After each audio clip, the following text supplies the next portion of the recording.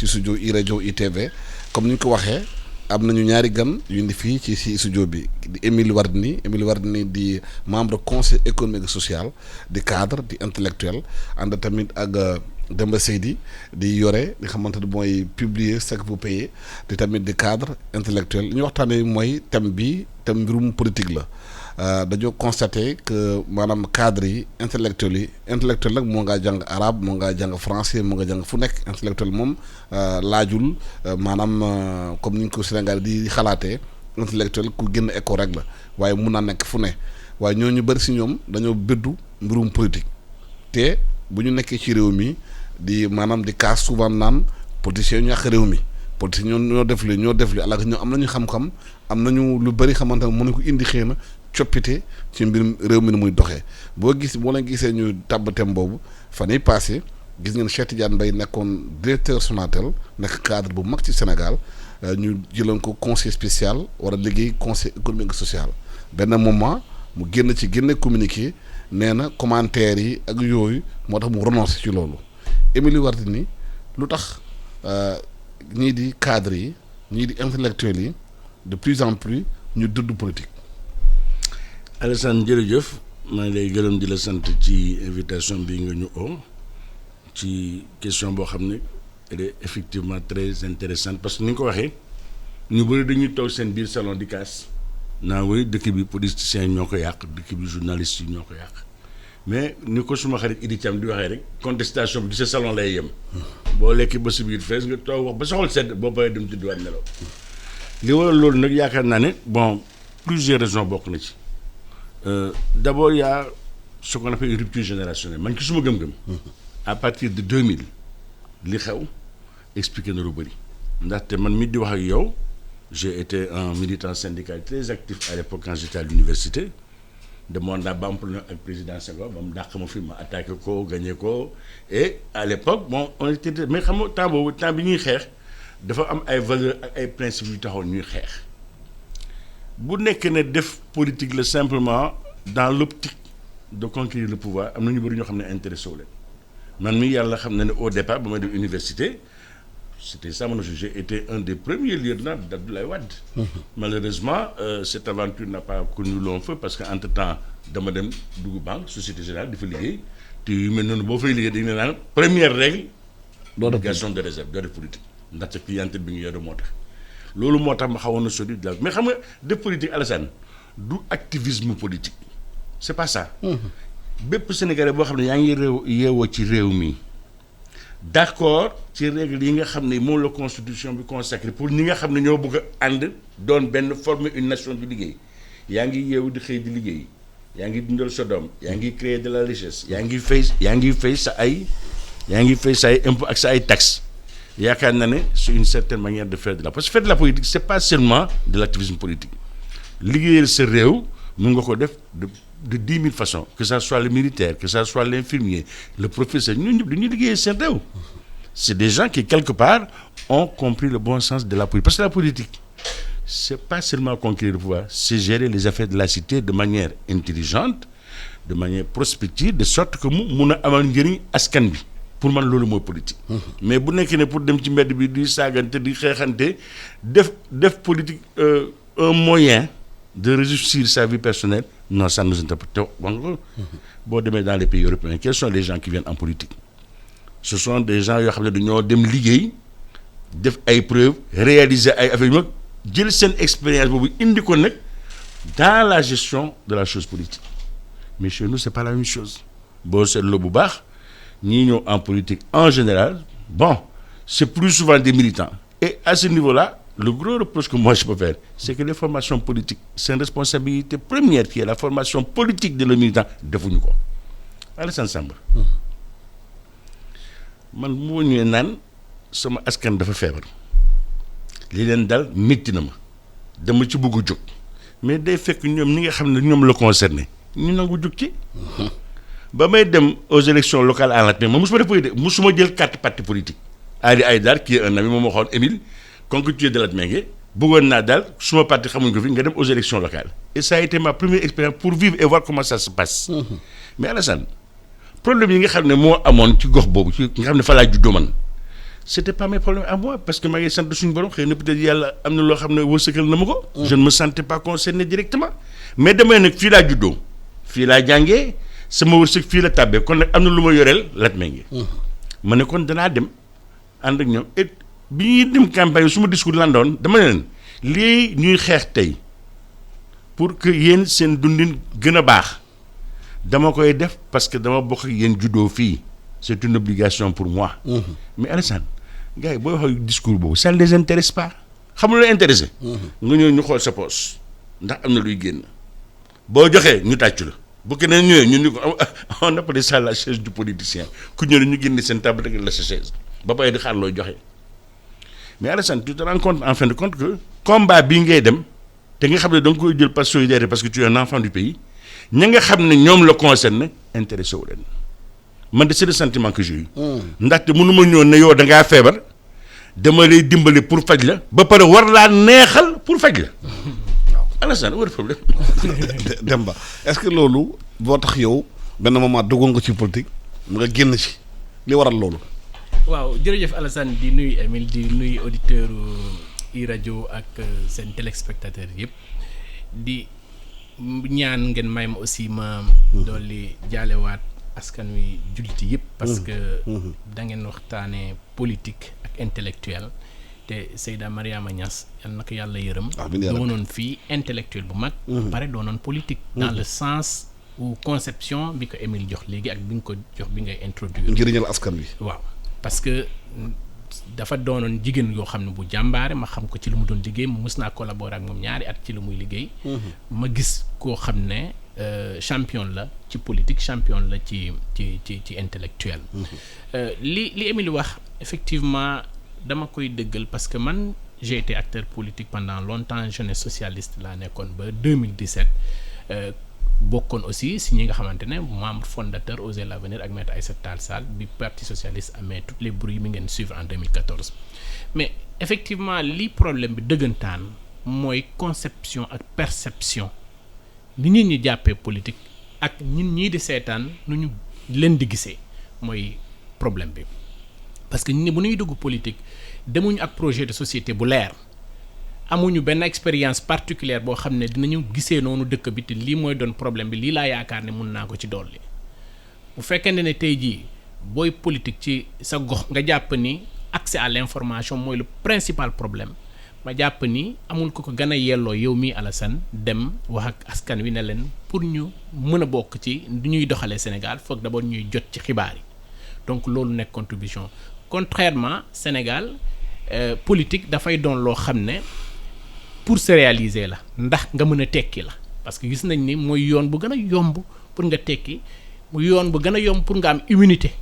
parce que boo seetloo procès kuy acteur politique ak ku dul acteur politique ci at yi passé dafay wute nit ñi di mobiliser wu parce que effectivement nit ki nga xamante ne moom lañ fa woo di def gestion def nu mu ko neexee buñ ko woowee tribunal ñi nga xamante ñoom ñoo ci doon bénéficier yépp da leen di metti donc loolu donc problème ci intellectuels yi lu tax souvent mu nekk problème pour ñoom di résister ci espace politique bi mooy lan parce que dañuy ànd ak projet politique boobu boo xam ne day am choc ak ñi nga xamante ñoom ñoo fi nekkoon les acteurs classiques de la politique te loolu nag ñu ngi ko gën a mu ngi gën a fës à partir de 2000 xanaa bokk xëy na li ma gën a fekkee man parce que ci remarque bi ñu amoon en tout cas wala perception bi ñu amoon mooy anciens leaders yi ku nekk ci ñoom am nga sa profil am nga foo xam ne xëy na mooy sa xam-xam moom nga doon liggéey nga ñëw nekkaat leader politique donc ce qui fait que leader politique bi nekkul kese leader dans la politique politicienne mais il est d'abord leader dans son secteur comme Émile l'a été dans son secteur et comme d'autres personnes aussi l'ont été mais à partir de 2000 Abdoulaye Wade étant un grand intellectuel moi je l'appelle souvent intellectuel par nature mais politicien par destination nekkoon intellectuel bu mag boroom xam-xam mais mu ñëw gis ni il faut mu casser chaîne boobu chaîne bi mooy lan mooy que ni yéen intellectuels yi yéen a yoroon dëkk bi à la limite dans un de ses discours am na fu mu waxee ni sax yéen intellectuels yéen a tardé réew mi donc loolu nekk beneen choc dans la génération li mu doon wax ni sànq donc génération yu mujj yëpp ci moom lañ gisee ni nga dem jël nit koo xam ne xamul dara nga ñëw def ko ministre wala def ko directeur loolu yëpp mu ngi aussi mu ngi ñuy yóbbu ci ñuy interroger ci pouvoir yi président de la république am parce que nag fii la extrême pouvoir yooyu permettre nga fekk nit koo xam ne xamul dara parce que nag critères yi. ci fànn boo mënta dem ma ci diine ak ci feneen foo mënta dem dañ décrire ñan ñoo war a jiite mu am ay critères yu leer mais nag boo ñëwee fekk koo xam ne mel ni man xamul dara nga ne ko yow yaay jiite yaay doon ministre nga war a dogal ci ay junni sénégalais wala ci ay millions sénégalais loolu dafay poser problème moo tax boo xoolee léegi boo dee intellectuel boo demee ci espace boobu da nga leen di poser problème parce que da ngay ñëw ak ay idée ma jeexal ci point bi am na ku ma doon nettali benn waxtaan bi amoon diggante président Abdoulaye Wade ak président Abdoulaye Bathily avant élection présidentielle 2000 président Abdoulaye Bathily da ko wax non secteur bii lii la ñu war a xalaat secteur bii lii la ñu war a def président Abdoulaye Wade ne ko Abdoulaye li ngay wax yëpp baax waaye nañ gagné ba pare. Ensuite bi ñu gagné vous vous souvenez de la fameuse phrase nos soucis d'argent sont terminés. Alors loolu yëpp nekk ay signes ay indicateurs yoo xam ne mooy xëcc jeunes yi ak ñeneen ñi nga xamante ne bëgg nañ tekki ci lu gaaw a gaaw te duñ ci sonn dem ci politique parce que bu dañ lay jox benn poste rek nga am xaalis am teraanga gi war et puis voilà perception boobu la Sénégalais yi am léegi ci politique. mais est-ce que façon bu ñu defee politique Sénégal léegi mooy njàngoro réew mi c'est-à-dire ay nit amuñu qualification mën nañoo gérer dara parce que am nañu ay nit mën nañu mobiliser am nañu koppartu ñu jël leen jox leen poste de responsabilité. réew mi bañ a dox ñu naan réew mi doxul ndaxte xëy na ñu ñuy fal teg leen foofu ñu mënu dox lii fi. gëm naa ko di Alassane parce que man de maa ngi fàttaliku ne mosoon naa yóbbante président de la République parce que góoram mosoon na ma seet si pour ma jàppale président ma ne ko amul benn problème parce que man président ba ma koy xam nekkaguloon président waaye man li ma gëm mooy. man si président yi Abdoulaye Wade du Macky Sall. non Macky Sall. Macky Sall mii. li ma gëm man mooy que su bëggee vraiment partem gën a fës liggéeyam gën a avancé na seet ñoo xam ne mun nañ ko indil dara ci liggéey bi. am xam-xam. waaw doo jël ñoo xam ne dañu àndoon ak ki fi nekkoon ba kooku daanu parce que bu ñu mënoon kooku du daanu. du dëgg mu leer ci li ma gëm. bu ñu mënoon kooku du daanu. kon nag man li ma gëm mooy sa résultat liggéey mooy massifier sa parti. def loo xam ne nit dañ ciy teg seen bët gis ni kat lii de mi ngi avancé ñu xam ne lii la gis nga amul kenn koo xam ne mun nga matal yëpp c'est pas vrai. waaw man li ma gëm ku nekk da nga ñëw rek béy sawaar. boo demee keneen continue mais ne danañ am nit koo xam ne dana ñëw rek le problème mu Sénégal yëpp en 2 mandats ou en 3 mandats je n'y crois pas. li ma gëm daal mooy ku nekk ñëwal béy sawaar boo demee sa morom ñoo continuer de ce point de vue nag li ñu war a privilégier mooy la compétence. mais dans ce pays j'ai l'impression qu'on est fâché avec la compétence. dafa mel ni bugguñu compétence. man nag mënuma lu dul doomu réew mi laa. fu ma réew mu soxlaa te su ma xam-xam mee ma ko su ma ko ci bu ma ci ooyee danaa tontu mais franchement du ma sonnal kenn parce que man bugguma poste utuma dara mais nag sama réew loolu ndaxte dëkk bi suñu ay doom ak suñu ay certifié nekk ëllëg si biir. kon dafa am responsabilité boo xam ne am nañ ko. par rapport ak ñoom. bu dul dara. ci suñ taxawaay ci suñ doxalin war nañ leen jox exemple boo xam ne ëllëg ñoom danañ nekk ay citoyens yu wér. waaye bu ñu gisee ñun en tant que parent ñuy def yenn yi. mais du ñu naan wa soo mel ne xale doon ma ko mu ne mais su ma doon dafa tox ni ko mais papa mais jàng bu bëri bi jaru ko bàyyi ma dem États-Unis léegi génn la wax xaalis bu weex tàll. wala dem fi parce que loolu la suñ doom yi gis. dañu gis kii papaam ndeysaan day yeewu suba di sonn di pousse oto bi pour yóbbu ko école am la mu dépense di rëy bopp du am dara gis koo xam ne day toog fii barki démb yaa ko doon may 100 francs. mu dem dugg nekk militant d'un parti politique. xumbal yuuxu machin mobilisé ñu yeewu jox ko poste ba 2 ans après waa ngi nekk milliardaire di la romb di la xool ci biir bët lii métti suñu réew nag mooy boo waxee dañu naan kii dafa iñaan wala kii dafa siis alors que le problème n'est pas là. Moi je pense qu'aujourd'hui il y a un véritable combat qu'on doit mener pour restaurer les valeurs républicaines. Les valeurs sociales. Il faut que nit ñi lañ doon wax ci sénégalais am ngor am jom fonk liggéey fonk sa waajur fonk sa diine il faut que loolu dellu si. mais loolu tant que loolu de aujourd'hui dem. waaw loolu bu fekkee nag ñi xamal ñoo jiitu réew mi nekk parti politique nekk chef d'état ñoom ñooy manœuvre nekk ci biir di manœuvre rek guddeeg bëccëg ñu ngi politique te ñi leen intéressé bokkul ñu am xam-xam yi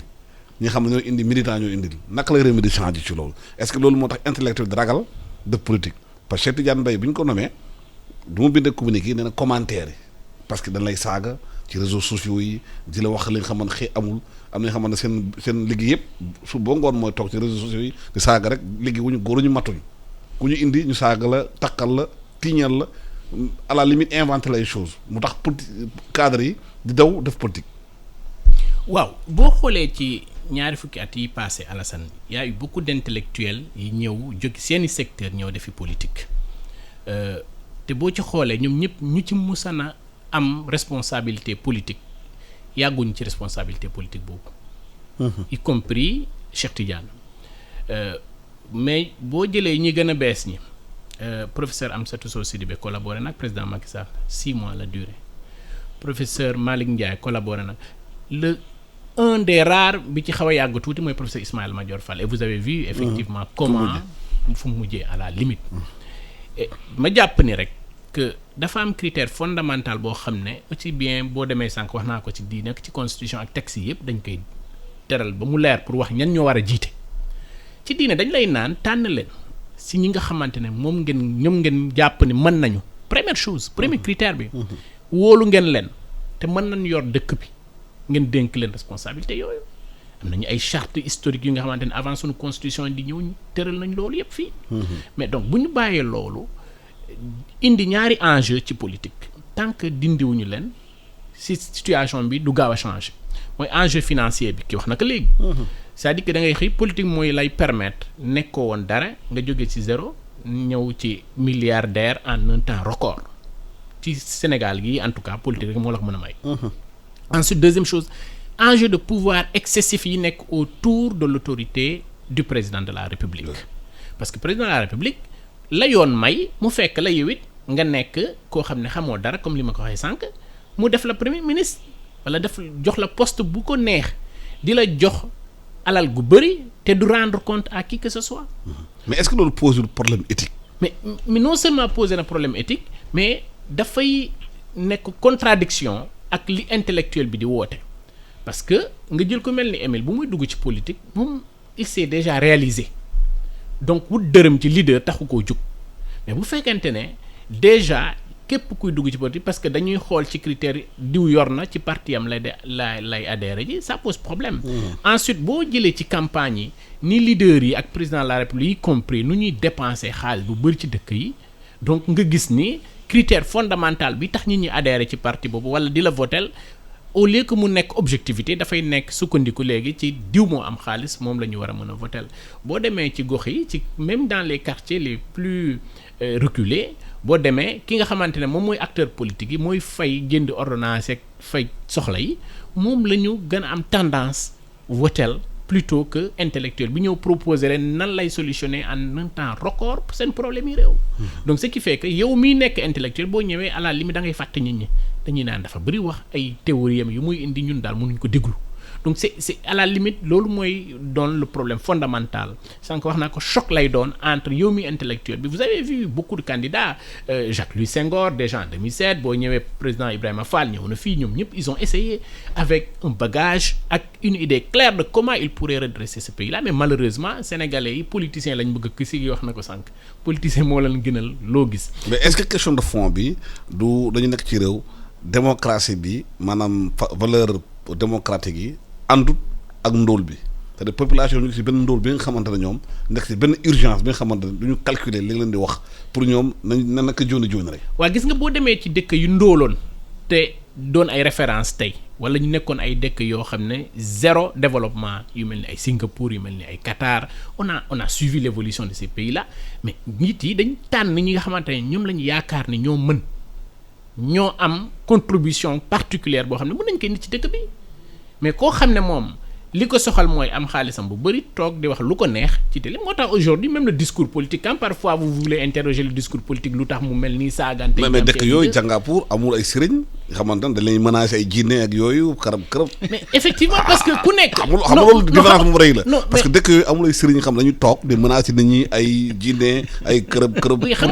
des raisons très bannières xam nga ci départ bi la gis nga jinne yii di menacer ay qui que ce soit c'est-à-dire que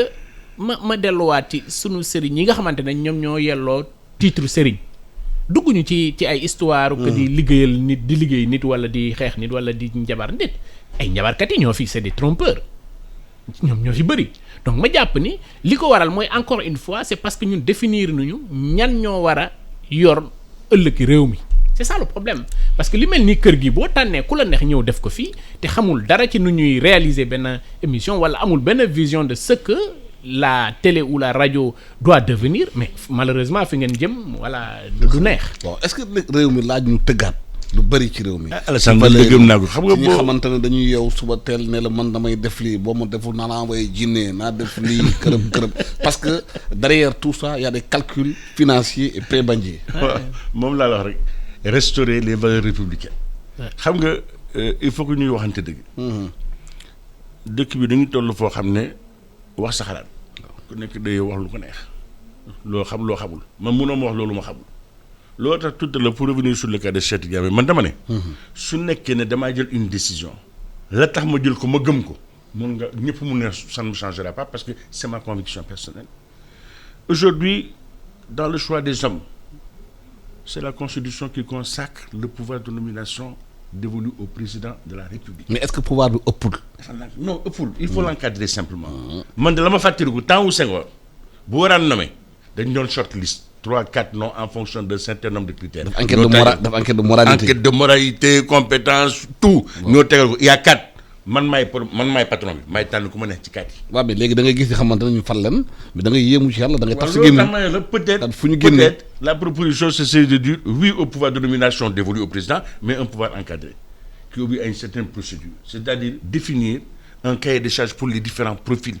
et sur ce cahier des charges lui faire un travail en amont de sélection sur la base des critères retenus indi ne ko président pour ce poste-là ñun li ñu recommandé mooy ces 4 noms-là mu seet ku ko ci neex nag mu jël moom. loolu je pense que c'est une chose qu'on devrait pouvoir faire la ca des Alassane boo demee aux États-Unis c'est une mosaïque culturelle religieuse financière mais tout le monde ça marche ni que tu sais pourquoi parce qu'il y a une seule valeur fédératrice benn c'est le respect de la loi defal lu la neex jullil fu la neex mais li nga xam ne moom la yoon teg ñu consacré ko da nga koy respecter loolu nag moo war a dellu si suñu dëkk. Tu as parlé tout à l'heure des dîners. On a eu l'affaire des centres de redressement. On a eu l'histoire du gars qui a fait l'objet d'une punition à la charia dans une communauté religieuse. Il y a plein de choses. Mais il y a une espèce de terreur qui plane sur le pays. Qui fait que nit ñi ñëpp duñuy gis mais kenn du wax. mais est-ce que sur responsabilité njiitu réew mi moo engagé wu. parce que moom moo war a protéger Sénégalais yi. non Alassane lépp Alassane. waaw non je crois qu'on garant de la Constitution. on charge trop le président aussi. moo laaj réew mi. xam nga nit ki. comme disait Abdoulaye Wade quand les magistrats demandaient leur indépendance. dafa leen waxoon ne indépendance yéen a ko jëlee seen bopp yéen a am seen mais yow tey su ma leen joxoon indépendance da ngeen di doo dellu si waat ci man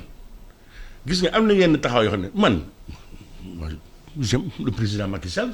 ouais, c'est un garçon que j'affectionne, mais taxul ne sur certaines idées si je ne suis pas d'accord parce que nit ki boo ko bëggee dimbale da nga naan ko attention du nii lii de man doomu gisee ko ni mais bu nekkee ne parce que da nga bëgg rek mu kontaan nekk sa xel rek lu xew rek nga si non c'est pas comme ça qu'on ce pays-là appartient aux 16 millions de Sénégalais. Ce n'est pas une classe politique composée de je sais pas quoi 400 000 500 000 600 000 individus qui doivent en faire n'importe quoi. ñoo koy def instant bi mais loolu nag Alassane gis nga affaire boobu ça concerne chaque Sénégalais. Il y a pas de raison que ma may toog à mon âge 67 ans di génn ci mbedd bi ñu may dóor ay lacrymogène di ma dàqee pendant ce temps les autres sont assis dans le coin xoolal papa ngi daw de l'arrêt alors que ça les concerne parce que ku nekk bu nekk da ngay xool sa taw fexe rek ku nekk toog sa kër mais du loolu moo ñu ciy génne. kon nag je pense qu'il faut qu'on trouve la réponse. Moi je me souviens j'ai eu des débats avec plusieurs amis en leur disant que on a loupé le coche parce que 2000 c'était notre génération mais Tambou on était tous aux affaires ni dans le secteur privé ni dans d'autres secteurs et bon et c'est vrai qu'on a laissé passer et puisque la nature a horreur du vide fa nga war a toog ba fa toog keneen toog fa mais ça n'empêche pas quand même qu'on doit avoir un rôle de veilleur et un rôle d'alerte parce que bu dul dara on peut quand même attirer l'attention des gens mais il appartient aujourd'hui aux formations politiques qui sont dans ce pays-là mais de veiller à conscientiser. Je donne un exemple très simple. On va vers des élections. Il y a plein de jeunes qui ne sont pas inscrits encore, qui ne vont pas voter. Mais ça, c'est la mission de qui doit le faire? Les partis politiques. Donc, je pense qu'il faut quand même qu'on soit d'accord. Est-ce que les partis politiques ont au sens holistique, au sens vrai? On en a 300. Hein? Ah, mais est-ce qu'on on en a 300. Quelque part, je regrette un peu le cher président Senghor qui disait à l'époque qu'il fallait limiter ça à 3. Il avait parfaitement raison.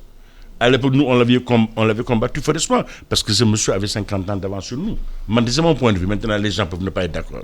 Mais je dis qu'aujourd'hui, il y a tout un tas de remises en question qu'il faudrait opérer dans ce pays. C'est ce que indi. Ndaxte bu nekk ne dañoo bokk ndab li il faut que les gens ñu waxtaan ba dugg ci mais dama ne chaque corpus social war na am statut am ñu d'accord ci man je ne suis contre rien xam nga lu mu d'accord nañ waxtaan bu juboo les foyers religieux dañu war a utal un statut spécial d'accord naa ya par nañ ci waxtaan ba d'accord ku nekk xam la nga luy sa war a fa nga war a yem mais moi quand je vois aujourd'hui n'importe qui se lève et qui menace le président de la République ou qui menace de non attends on va où mais est-ce que loolu bu amee tey du fay parti politique yi nga xam ne ñoom ñoo war a def formation politique am école de parti gis ñu loolu lay amatul dara. tu as 300 partis bu nekk koo gis leader bi GIE lay wut kees bi lay wuti waxtaan yu bëri kees bi rek la ñuy wër. mais coow li rajo yi kaas yi dénonciation yëpp soo xoolee bu ci biir mooy kees bi moo leen intéressé. mooy ci xooy nga dem toog. mooy li ma wax sànq ñaari enjeu yooyu enjeu de pouvoir bi ak enjeu financier bi moo waral loolu au-delà même de la formation politique c'est-à-dire que même boo fi defoon formation politique bu war parce que y a des efforts quand même yoo xam ne même si c'est pas les partis qui le font il y a d'autres organisations de la société civile des fondations qui essaient de suppléer un peu les formations politiques en ce sens mais problème fondamental bi mooy sànq Émile décrit na loo xam ne man dama jàpp ni c'est l'idéalisme un peu pour le Sénégal pour le moment xam nga lu tax tey jii loo doon fonctionnaire assermenté nga bëgg a doxal sa liggéey nu mu waree nga tase ak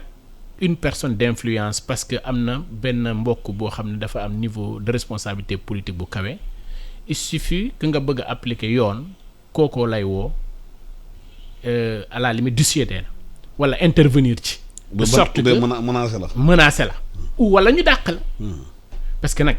gis nañu fi ay schéma yu bëri gis nañu fi ay faits yu bëri yoo xam ne day confirmer loolu ay magistrat ñu yor ci benn dossier dem ba benn instant ñu ne la arrêté te nga arrêté tu ne peux pas continuer parce que dañ laa nommé wala boog dañ pour nga mën a avancer il faut que le responsable politique avance y compris téere yi nga xamante ne moom la magistrat bi di sukkandiku pour def la loi ils te disent que yéen politique yéen ko voté yéen ko indi donc c'est le même politique qui va appeler pour dire non tel sama dossier là laisse tomber donc doo ci mën a avancer donc foofu à la limite du formation politique mais pourtant loolu yëpp waxtaan nañ ko tënk ko ay at assise nationale yi wax na ci dafay proposition ñu war a redresser réew mi la ñu war a xeexee réew mi ci mbirum école mbirum justice assise nationale wax na ko ba ñu jébbal kayit yi ñëpp ñu xamante ne liggéey na mais dañu jël affaire yi même au-delà des assises waaw mus naa échanger ak imam Kanté ma ni ko imam tey jii ak li ngay prêcher yëpp ñu bëri d'accord ni ci li ngay prêcher ci diine la tegu ci ay texte la tegu ci éthique la tegu bis bu ñu la tabboon président de la république ci contexte actuel ak li la yoon may fu mu nekk nii say xarit ñoom oustaz Dame Ndiaye ñoo lay njëkk a saaga ci plateau yi parce que excès de pouvoir yi ma gis nii moom lañ la jox et non encadré c'est ça le problème fondamental des politiques pas tout simplement du président de la république donte ni moom moo concentré lépp moom mooy jël yeneen yi di ko séddale ci yeneen. mais lan moo tax intellectuel yi bu ñu duggee ci politique bëgg a changer fii population am nañu xamoon dañu taxaw di leen saaga. du population oui parce que mbir mi d'abord du population yi yéen a ngi fàttaliku bi président Amadou Mbow defee fi ay consultation yi ko état du Sénégal dénkoon mu ñibbi si lan lañ ko wax da nga dépasser say pouvoir yi ñu la dénkoon wala da nga dépasser say cahier de charge yi ñu la dénkoon sant ñu la woon lii. CNRI bi mais fu nooy mujjee da ngay croiser les bras parce que doo doon intellectuel bu mag am parcours mag am say doom doon ay kilifa ci réew mi ñu lay toroxalee noonu c'est la même chose ak ñi nga xamante ne ñoom ñoo concentré woon tous leurs efforts autour des assises nationales nga xëy benn nit mooy taxaw ne la du ma ko appliquer kenn du ma ko forcer donc ça reste un problème fondamental boo demoon ci yeneen li ñuy tuddee démocratie avancée loolu du mën a am dañuy d'accord d'abord au départ principe bi lii la ñuy def donc si on s'accorde sur les termes de référence mais li termes de référence yi génne kenn dootu ko rejeter parce que yow yaay président de la République wala yow yaay premier ministre ainsi de suite donc foofu la mbir mi je considère que tant que encadré wuñu man je suis même pas pour qu'on encadre qu'on réduise carrément cet enjeu de pouvoir et cet enjeu financier Sénégal ngay gis responsable politique nga seeti ko mu xëcc ci tiroir jël xaalis bu bari jox la nga dem mais xaalisam la te avant muy am responsabilité boobu musul yëkkati somme bu mel 1/3 de somme bu mel noonu teg ko sa loxo c'est parce que y a l'enjeu financier même du pouvoir qui est là ensuite l'enjeu de pouvoir boo xam ne da ngay nommer ku la neex fu la neex doo rendre compte à qui que ce soit bu loolu jeexee bu ñu jógee fii ñeneen ñëwaat te boo xoolee c'est le même cercle qui continue de nous gouverner depuis 1960 ba tey. changé wul. ay jeu de chaise la rek. vase communicant. voilà ay jeu de chaise la rek tey nga nekk opposition quelques années ou quelques mois nga delluwaat jël beneen position say position évoluer je respecte les positions y a pas de problème parce que bu fekkente ne da ngay sanctionner ñëpp aussi c'est une bonne masse de peut-être de Sénégalais qui pourraient contribuer à l'économie ñoom ngay mettre à l'écart mais dama jàpp ni politique bi dafa war a doon objet commun loo xam ne yow nga ñëw contribuer ki ñëw contribuer mais bu mu doon benn enjeu de pouvoir kese boo xam ne benn nit kese moo koy gérer. léegi nag boo ñëwee ci intellectuels yi bu ñu gisee ni bu ma gisee ni samay leader ci boppam mooy njëkk a ŋàññi intellectuels yooyu mais dafay yomb ci man en tant que militant simple di attaquer ces intellectuels là qui viennent nous rejoindre surtout que ñoom bu ñu ñëwee bu ñu bëggee indi ay yenn principe de transparence yëpp leer mais à la limite dañuy poser problème aux militants qui ne faisaient rien mais demal ci ministères yi ak ci espace ni nga fay fekk ci mbooloo yi fay nekk ci biti te xëyuñu fa mooy ëpp ñi ngay xamante ne ñoom ñooy xëy ci service bi donc ku nekk ci ñoom parce que dafa am koy xaar nga mën ci am dara nga dem sa yoon donc ce qui fait que à la limite enjeu boobu mooy dominer ce qui fait kooku boo ko bëggee indil yenn principe yu leer de sorte que dootul amati retombées yooyu mais dalay saaga rapidement ensuite dañuy xaw a conservateur dans les partis là nous avons des partis très conservateurs à la limite. bëgguñ changement. non bëgguñ changement. parce que arrangé wu leen boo ñëwee tey jii ci parti yooyu yow mi bokkul woon ci politique bi mais tu es la cible de tout le monde parce que tu perturbes tout le monde même dans nos partis nga xamante ne ñoom ñoo da ngay fi ci parti yi ngay dégg ay militants de première heure loolu mooy waxi lan. militant kese la. lan mooy militant première heure xanaa dafa am ay deuxième heure ak troisième heure wala démb la ñëw rejoindre président Macky Sall bëgg am ay pouvoir yu bëri donc yooyu yëpp dafay indi problème au-delà même des intellectuels même yeneen collaborateurs politiques yi nga xamante ne dañuy fekk président de la République gis ngeen fii ñu génne naan oui président à la limite alliés yi rek lay sedd ça veut dire quoi c'est-à-dire que conception bi nit ñi am ci politique ay séddale gis nañu fi ay responsables politiques waaw naan bu njëkk ba nañ ñu doon jox léegi ñun ñooy joxe ñun ñooy séddale donc tout ça c'est des signaux yoo xam ne mooy wane ni yow boo dee intellectuel nga ñëw fa wala boo dee cadre nga nekkoon ci sa domaine nga war a ñëw contribuer ni réew mi di doxee nga joxe sa xam-xam mais da ngay nekk poser yow yaay nekk problème bi au bout du compte et y compris pour le parti dans lequel tu souhaites adhérer donc ce qui fait que ces responsables ces intellectuels ils sont souvent à la marge de la gestion de l'État. waaw mais loolu mooy responsabilité population bi ci loolu ñoom ñi fal ñooñu continuer di leen fal ñu continuer leen troxal ñu leen falaat. moom laa doon wax sànq Seydi boo naan c'est un peu de l'idéalisme que la formation politique dafa am ay limites. non il faut bien comprendre des choses parce que tey lépp loo fi war a changer tey ça va passer par une modification de la constitution et de la loi. Si les gens ne comprennent pas les enjeux duñ dem parce que quand on a demandé au président Mbow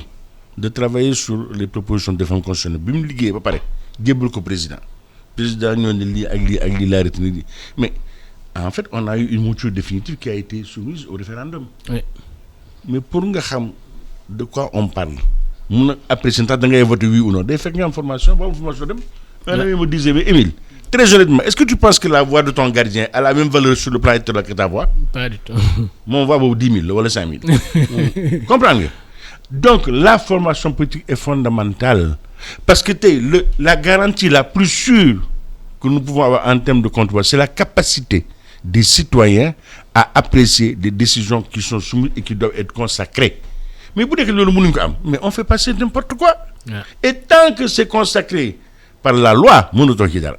mais moo bindee boo bindee constitution ci kàllaama bi nga xamante ne population bi gën a bëri comprendre nañ ko. tubaab la ñi jàng tubaab sax bu ñu lire constitution bi des fois dañuy may problème. tënkuñ ko ci langue réew mi pour nit ñi comprendre. loolu dafay continuer de sëlëmal askan wi. C'est pourquoi je dis que c'est le cycle des partis politiques. ndaxte tey jusqu'à changement en tout cas la langue officielle est le français lu tax dinduñ ko ba tey pourquoi personne n'a proposé d'enlever ça moi je vois au conseil dañuy toog mais beaucoup de conseillers ne comprennent pas le français da ngay obligé boo waxee ñu traduire en fin de compte l'ex-président avait mis d'ailleurs un système de traduction simultanée pour que les gens comprennent mais il appartient aujourd'hui au parti politique lorsqu'il y a un enjeu ou lorsqu'ils ont un projet politique il appartient à leurs militants eux qui sont dans l'animation politique chacun d'aller dans sa base et d'expliquer aux gens en wolof, en séeréer, en bambara de quoi il s'agit. Mais si on ne le fait pas, C'est ça le travail politique. Les gens qui accompagnent dans un parti politique doivent travailler à ce que les messages qui sont contenus dans leur projet soient compris par les gens. Mais sinon, grand, cette réforme constitutionnelle, elle a été votée. Mais, gars, c'était plutôt je vote pour Macky Sall ou je vote contre Macky Sall. Ils n'ont pas voté le contenu. Pas du tout. C'est pourquoi, Alassane, je dis, il y a un travail en profondeur que les partis politiques doivent faire. Et je pense que, comme il l'a dit tout à l'heure, il va falloir que... Mais comme je dis, c'est un phénomène d'alternance générale. Nous, on est out, hein. Nous, on est juste là, on nous demande un avis, on donne, mais c'est les gosses à venir. Et le problème, c'est une responsabilité moyenne. Fexe ba nga xam ne xale yi dañu leen teg ci yoon boo xam ne ëllëg ak si biir la nga xam ne moom lañu war a changer pour réew bu changer il faut que ñun ñi nga xam ne ñooy seen papa wala seen ay maam ñu fexe guider leen ci mais bu dul loolu duñ dem. Et moi je pense que aujourd'hui c'est le rôle boo xam ne ñun intérêt moom la ñu war a am maintenant pour les jeunes cadres yi nekk fii c'est vrai ñoom duñu naan mais man damaa am njaboot ñii nga xam ne maa ngi war doon xeex ak ñoom bu may wax ak ñoom duñ ma dégg comprendre duñ ma ña ngay xool leneen mais kon lu tax ma yàq suma avenir kon génn naa toog dem cee génn malheureusement foofu lañ toll fi mu ne maintenant nag xanaa ñu tëggaat kii ñu ko waxee ndëpp ndëpp national waaw li ñu war a def ba nga xam ne dañuy taaj ñu ne bon et je pense que bon c'est vrai que les assises c'était des conclusions assez intéressantes yoo xam ne ña nga ca woon mun nañ ci inspiré c'est pas une vérité du loo xam ne c'est absolu et définitif mais am na ci quand même parce que toutes les franges de la population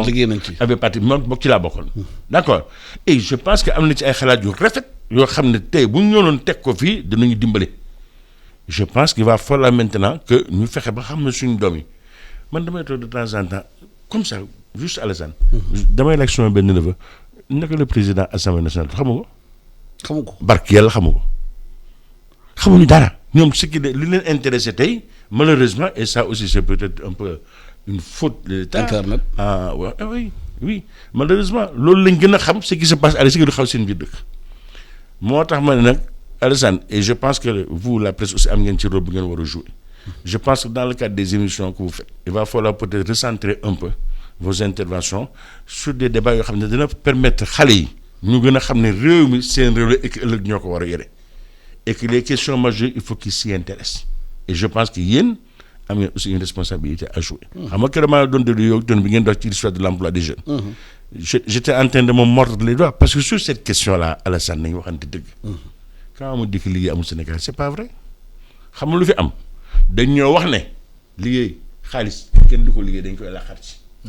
loolu la ñuy jàngal te loolu ñu ngi ko jàngal à partir de 2000 loolu la ñuy jàngal man dama teel a liggéey. teel a am jabar pendant 40 ans may xool xam nga tey bu ma la rombee suma oto nga naa may xool kii dafa sàcc otom oui loolu ngay gis mais xamuloo fan laa jaar. d'accord mais il faut que nit ñi comprendre ne liggéey mooy fay yow mën ngaa jël 1,5 million jox ko benn passeport pour mu yóbbu la Espagne nga risque sa bakkan ñu dem ni alors que bu ngeen nekkoon fukk jël 1,5 million muy 15 millions banque boo dem teg ko fa dañ la lebal 20 ou 30 millions ngeen monter seen projet liggéey mais nag doo am 1 milliard au bout de 2 ans. doo am milliard au bout de 2 ans.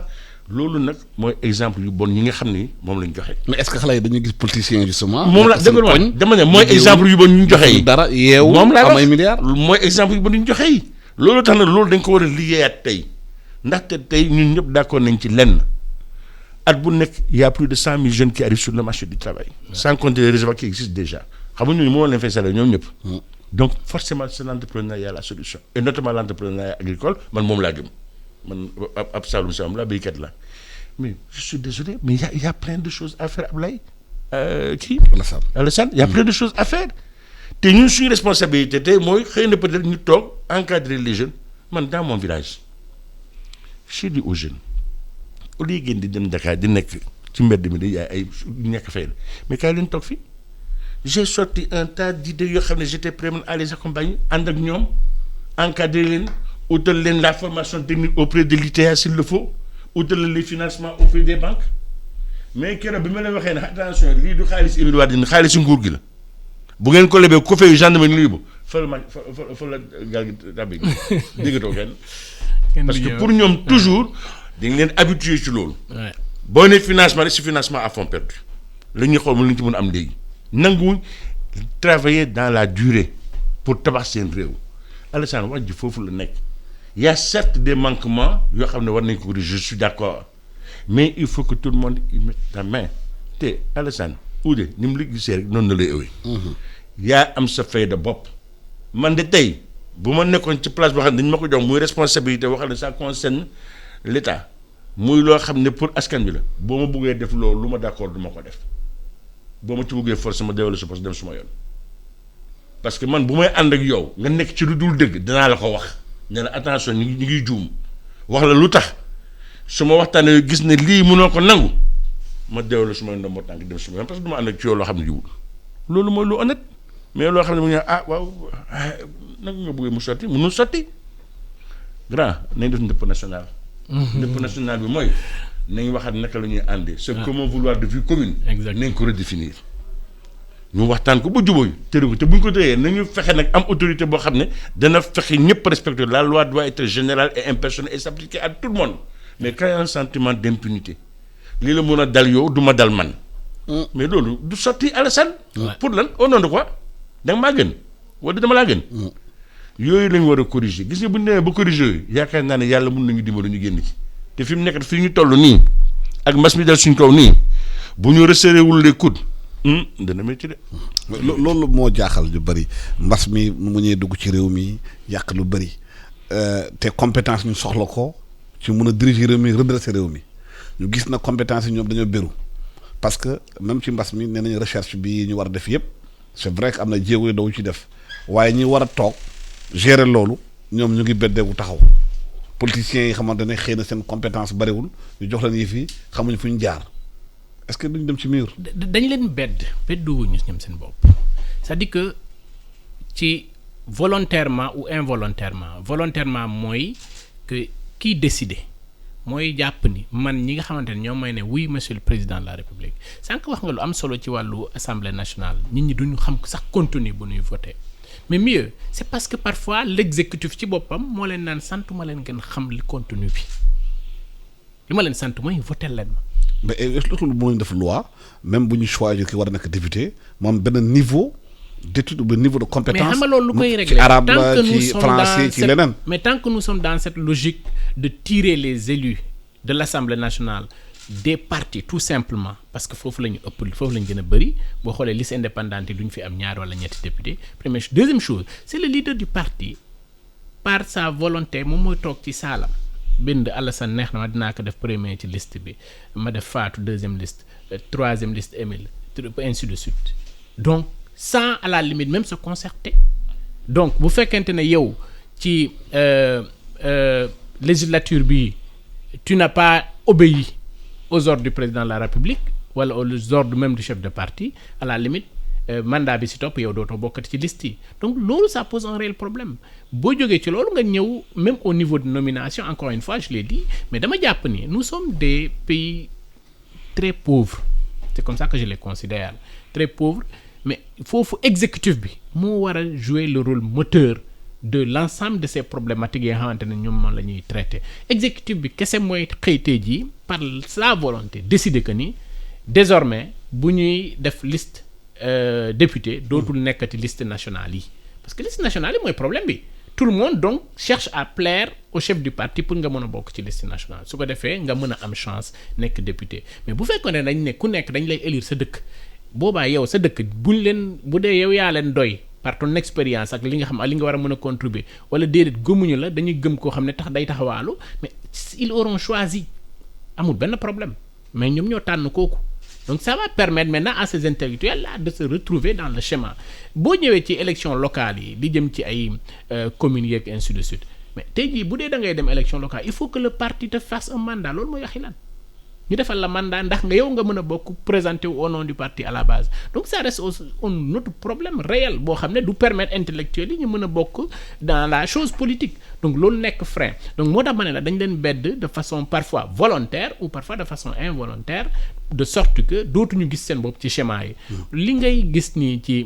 ci ay proposition de loi ci ay orientation yi président di jël ak tout le gouvernement mais dans les pays où la démocratie est sérieuse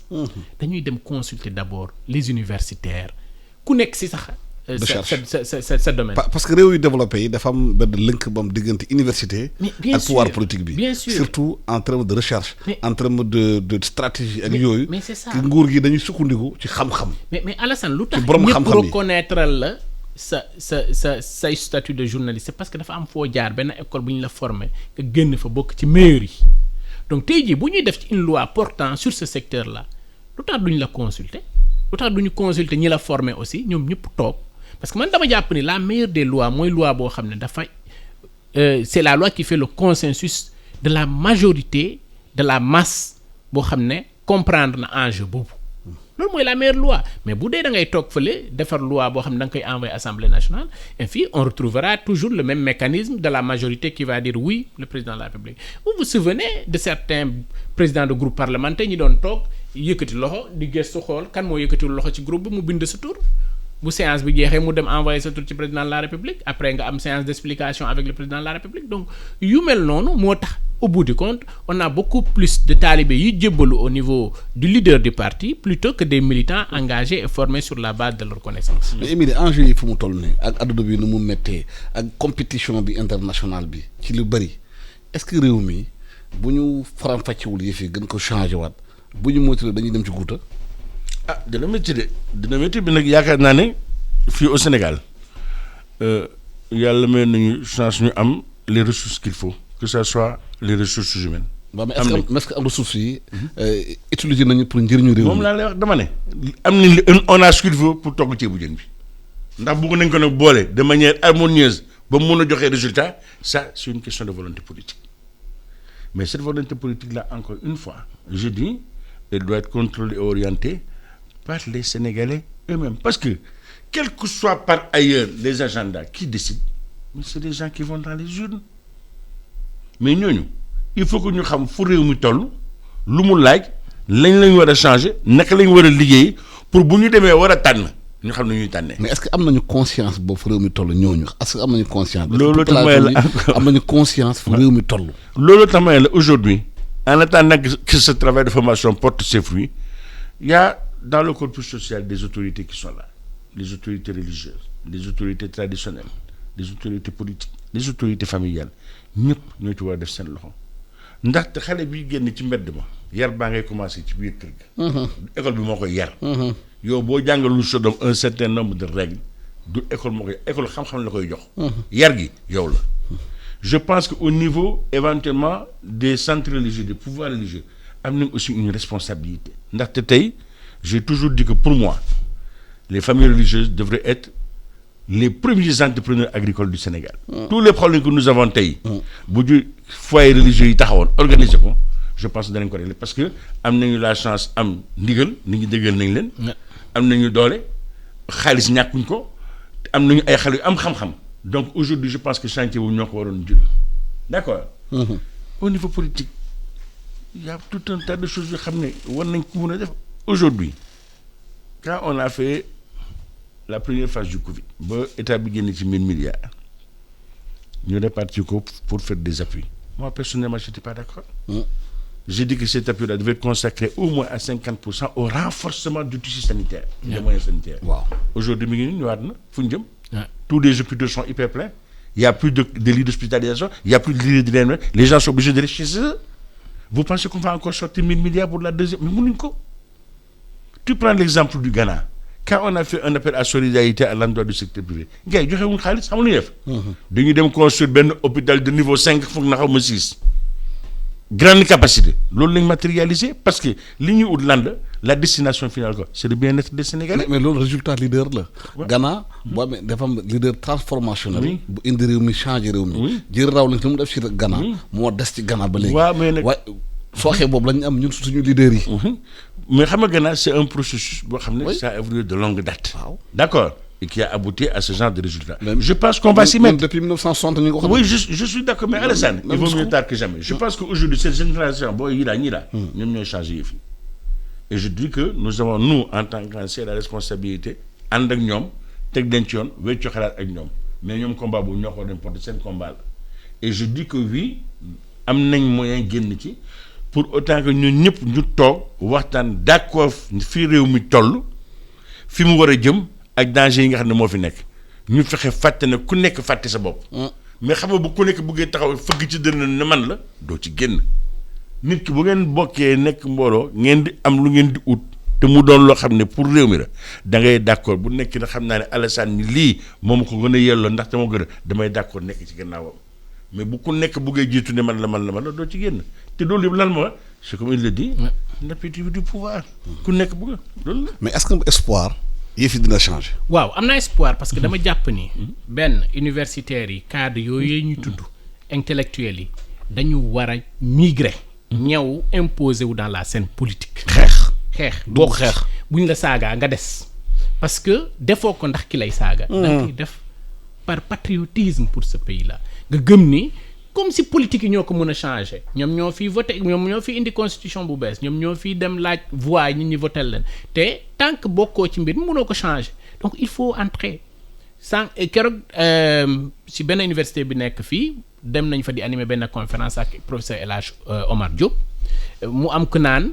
dañu war a wax société civile ñëw ci université yi wax parti politique man leen non yéen a war a dem si ñoom yéen a war a dem si ñoom pour wane ne effectivement am na lu ngeen xam te war na mën a bokk ci li ñuy waxtaanee. ci